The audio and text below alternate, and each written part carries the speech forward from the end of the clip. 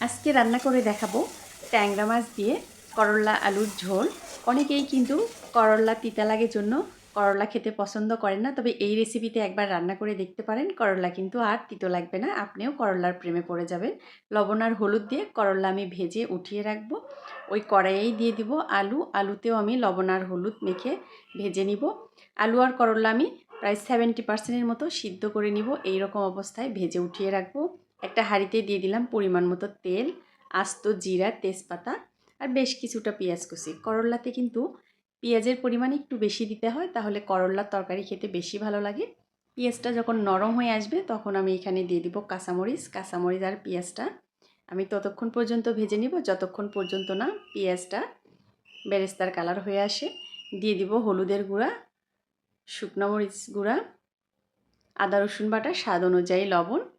সব কিছু এখন আমি ভালো করে তেলের সঙ্গে ভেজে নিব। এই পর্যায়ে চুলার জালটা কিন্তু মিডিয়াম থেকে লো হিটে রেখে ভেজে নিতে হবে, নাহলে মশলাগুলো পুড়ে যাবে। এখন মশলাটা কষানোর জন্য আমি এখানে দিয়ে দিব পরিমাণ মতো গরম পানি। আর এখানে আমি দিয়ে দিব ট্যাংরা মাছগুলো আমি ধুয়ে পরিষ্কার করে নিয়েছি। প্রত্যেকটা মাছে কিন্তু এখন ডিম আছে।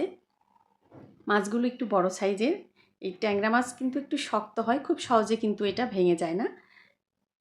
মশলার সঙ্গে মাছ আমি কষিয়ে উঠিয়ে রাখবো। আর এই মশলাতে এখন আমি দিয়ে দিব প্রথমে ভেজে রাখা আলুটা দিয়ে আমি কিন্তু বেশ কিছুক্ষণ একটু মশলার সঙ্গে কষিয়ে নিব। আলুটা সিদ্ধ হওয়ার জন্য এখানে আমি দিয়ে দিব এখন পরিমাণ মতো গরম পানি। এই পানিতেই আলুটা সিদ্ধ হয়ে যাবে। আমার রেসিপিগুলো যদি আপনাদের একটু ভালো লাগে প্রিয় বন্ধুরা, প্লিজ আমার ভিডিওতে একটা লাইক করবেন আর কমেন্ট করতে কিন্তু ভুলবেন না আমার রেসিপিগুলো আপনাদের কেমন লাগে আর আজকের রেসিপিটা কেমন লেগেছে। মশলার উপরে যখন খুব সুন্দর করে তেল উঠে আসবে তখন আমি এখানে দিয়ে দিব ভেজে রাখা করলা আর মাছ। এটা দিয়ে আবারও একটু কষিয়ে নিব। আমি কিন্তু প্রথম থেকে শেষ পর্যন্ত ঢাকনা ছাড়াই এই রান্নাটা করে নিয়েছি। ঢাকনা দিয়ে ঢেকে দিলে দেখবেন যে করলার কিন্তু একটা স্মেল বের হয়, এই জন্যই কিন্তু অনেকে করলা খেতে পছন্দ করে না।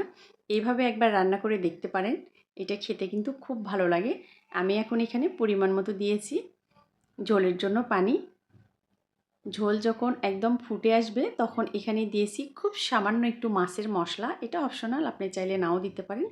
এটা আমি একটু পাতলা পাতলা ঝোল ঝোল রাখবো। এই অবস্থায় আমি চুলাটা বন্ধ করে এটা এখন আমি একটা বাটিতে উঠিয়ে নিব। গরম গরম ভাতের সাথে এইরকম ধোয়া ওঠা করলার তরকারি খেতে কিন্তু খুব ভালো লাগে। গরম গরম অবস্থায় খেলে দেখবেন যে এটা কিন্তু অনেকটা তিতা কম লাগে।